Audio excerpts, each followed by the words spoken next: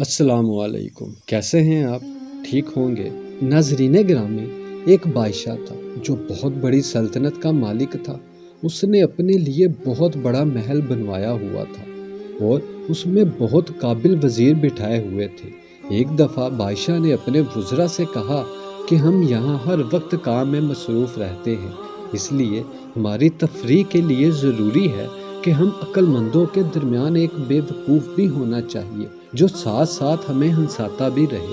سارے وزیروں نے بادشاہ کی بات کی تائید کی۔ چنانچہ کافی ڈھونڈنے کے بعد ایک بے وقوف کو محل میں لایا گیا اور اس کو ایک الگ قسم کا تاج پہنا کر ایک کرسی پر بٹھا دیا گیا۔ اب بادشاہ روزانہ اس سے کچھ سوال کرتا اور وہ بے وقوف اس سوال کے عجیب عجیب جواب دیتا، جسے سن کر وہاں موجود سب لوگ ہنسنے لگ جاتے۔ کافی عرصہ ایسے ہی گزر گیا۔ اب بادشاہ بوڑھا ہو چکا تھا اور اس کا آخری وقت بھی آ چکا تھا۔ چنانچہ اس نے حکم دیا، میں اپنے آخری دن اسی بے وقوف کے ساتھ گزارنا چاہتا ہوں، کوئی اور بیچ میں نہ آئے۔ چنانچہ ایسا ہی کیا گیا۔ بادشاہ نے اس بے وقوف سے کہا کہ اب تک میں تم سے سوال کرتا رہا تھا اور تم جواب دیتے تھے، لیکن اب تم سوال پوچھو، میں جواب دوں گا۔ بے وقوف نے پہلا سوال یہ کیا کہ بادشاہ سلامت، آپ مرنے کے بعد کہاں تشریف لے جائیں گے؟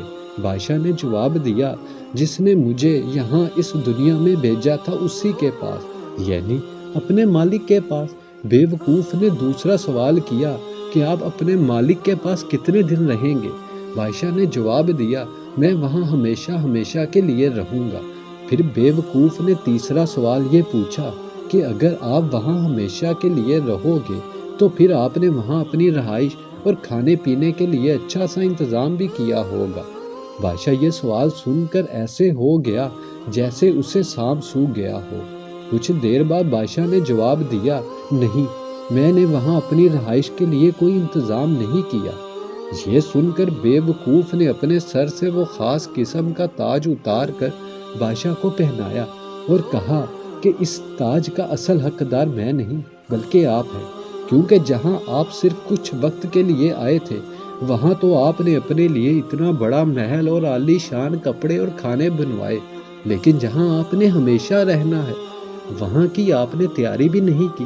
آخر میں اللہ تعالیٰ سے دعا ہے کہ اللہ تعالیٰ ہمیں سمجھنے اور عمل کرنے کی توفیق عطا فرمائے۔ آمین ثم آمین۔